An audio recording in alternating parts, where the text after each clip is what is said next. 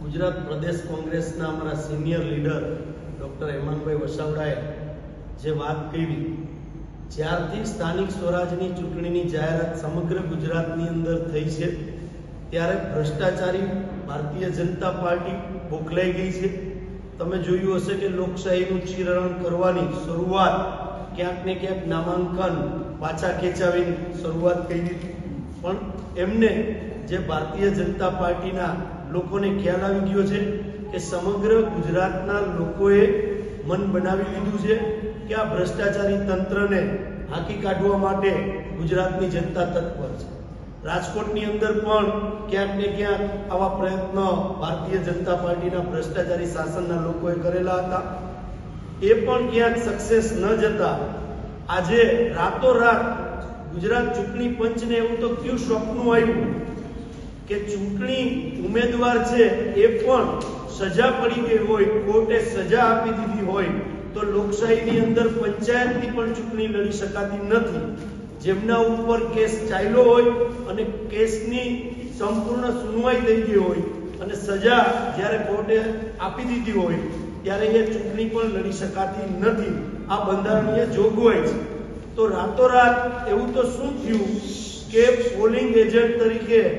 અને ચૂંટણી એજન્ટ તરીકે તમે 302 નો આરોપી નહીં પણ આરોપ સાબિત થઈ ગયો હોય, આરોપી નહીં આરોપ સાબિત થઈ ગયો હોય નીચલી કોર્ટમાં, હાઈકોર્ટમાં કે સુપ્રીમ કોર્ટમાં જે સજા કાપી હોય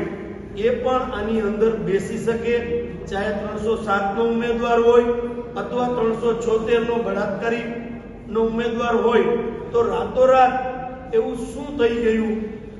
ગુજરાતના ચૂંટણી પંચને કે ભારતીય જનતા પાર્ટીની કઠપુતલી બનીને બંધારણ ઉપરાંતની આ તાત્કાલિક જે પરિપત્ર કર્યો છે એને સમગ્ર કોંગ્રેસ પરિવાર દ્વારા વખોડીએ છીએ અને આપના માધ્યમથી, ચોથી જાગીરના માધ્યમથી કહેવા માંગીએ છીએ કે રાજકોટની જનતા અને ગુજરાતની જનતા સમક્ષ પણ આ ભ્રષ્ટાચારી તંત્રનો અસલી ચહેરો આવે, કારણ કે ચૂંટણી પંચ પણ ક્યાંક ભારતીય જનતા પાર્ટીની ભ્રષ્ટાચારી શાસનની ગાઈડલાઈન નીચે ચાલતું હોય એવું લાગી રહ્યું છે. આ પરિપત્ર દ્વારા બહુ સ્પષ્ટ થાય છે કે જે આપણે જેમ ગાંધીભાઈ કીધું એમ કે આપણે ફોર્મ ભર્યા ત્યારથી દબાણો કરવા, ધમકીઓ મારવી, ગોંડલ હોય કે બરોડા હોય હરેક જગ્યાએ ક્યાંક ને ક્યાંક તંત્ર આવ્યું.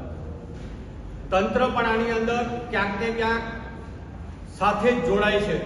પોલીસ ડિપાર્ટમેન્ટના નામ ખુલ્યા, જે પીઆઈની મંડળીઓ થઈ ગઈ હોય એ પીઆઈ જે તે સ્થળે ના ગયા હોય અને આ બનાવો બન્યા. પણ આ ભારતીય જનતા પાર્ટી ને ક્યાંક ને ક્યાંક પાછળથી એવું મને એવું લાગે છે કે એને યાદ આવી ગયું કે દાખલા રૂપે રાજકોટ જ છે તો રાજકોટના વોર્ડ નંબર 15 ની અંદર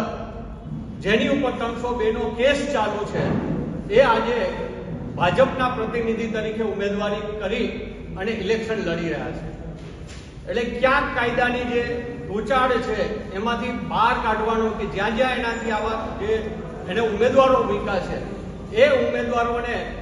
બૂથની અંદર જાતા કોઈ ના રોકે, એટલે આ પરિપત્રની અંદર એક રસ્તો કાઢ્યો હોય એવું સ્પષ્ટ થાય. પણ આ દેશની અંદર અને ગુજરાતની વાત કરીએ, ગુજરાતી તરીકે આપણે શરમજનક જે વાત અને જે ઘટનાઓ છે એ ઘટનાઓ એવી છે કે આ દેશના આજના જે હોમ મિનિસ્ટર બેઠા છે એ પણ ગુનાઓમાં એટલે કે 302 માં એની અંદર એને પણ ફરાર થવું પડ્યું હોય, 6 મહિના ફરાર રહ્યા હોય અને એ આ દેશના જે હોમ મિનિસ્ટર છે, આજના ગુજરાતના હોમ મિનિસ્ટર છે કે જેને બોલવાની ભાન નથી. આપણે એમ થાય કે આપણો ગુજરાતી આવો હોઈ શકે? આ દેશમાં પ્રથમ હોમ મિનિસ્ટર જે ભાગ્યા હોય, 6 મહિના ફરાર રહ્યા હોય અને એના વારસાગત સંઘવી સાહેબ બેઠા હોય અને જે ભાષામાં વાત કરે છે, લોકોને છેતરી રહ્યા છે કે કોંગ્રેસ શાસનમાં આવશે તો તમારી ગરબીઓ બંધ કરાવી દેશે.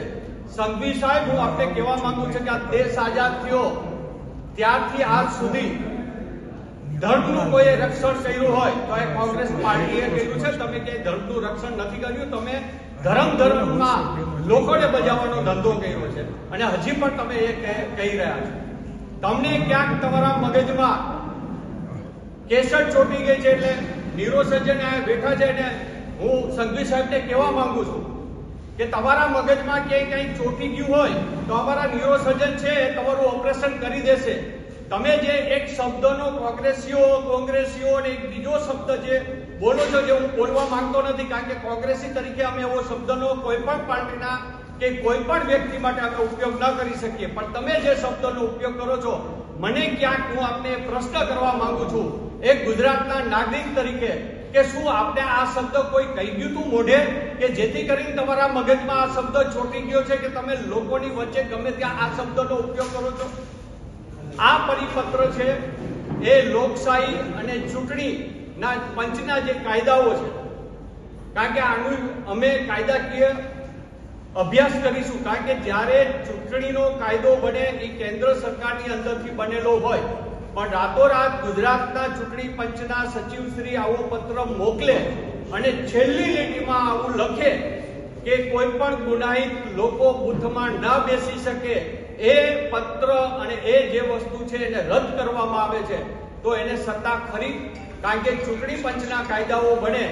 એ પાર્લામેન્ટમાં બનતા હોય, રાષ્ટ્રપતિ પાસે મંજૂરીમાં જતા હોય, અને આ ગુનાહિત લોકો અંદર ભાગ ચૂંટણીમાં ના લે, ગુનાહિત લોકો બૂથમાં ન બેસે, તો એનો ફેરફાર કરવાનો આ લોકોને અધિકાર છે કે કેમ? કારણ કે આ લોકો તો એવા લોકો છે કે આ લોકો અભ્યાસ કરે, કોર્ટમાં જાય, ત્યાં સુધી ચૂંટણીને સંકેલો થઈ જાય અને પછી ભલે લડ્યા કરે. છેલ્લા 4 દિવસથી આપણે જોઈએ છીએ કે એટલા રઘવાઈ થઈ ગયેલી આ સરકાર ગુજરાતની કે એના ધારાસભ્યો બરોડામાં ધમકીઓ મારે કે તમે અહીંયા રિઝલ્ટ ખરાબ આવશે તો અમે આમ કરશું. વેરાવળની અંદર ત્યાંના ધારાસભ્ય એવું કે મારા ઘરના દરવાજા બંધ સમજજો જો તમે ભાજપને મત નહીં આપો તો. ભાઈ, તમે લોકોના મતથી ચૂંટાયેલા લોકો છો, તમે લોકોને ધમકી કેમ મારી શકો? એટલે ધીમે ધીમે ખાલી ગુજરાત નહીં પણ આખું દેશ છે એ ગુનાહિત લોકોના હાથમાં જઈ રહ્યો છે. ત્યારે અમારી, તમારી, મીડિયાની બધાની જવાબદારી છે કે આ દેશ, આ રાજ્ય ગુનેગારોના હાથમાં ન જાય, એના માટે આપણે સૌ સાથે મળીને આનો વિરોધ કરીએ અને આપ સૌ પણ આની અંદર જોડાય અને આવા પરિપત્રોનો બહિષ્કાર થાય એમાં આપ સૌ જોડાશો એવી આપ સૌ પાસે હું આશા રાખું.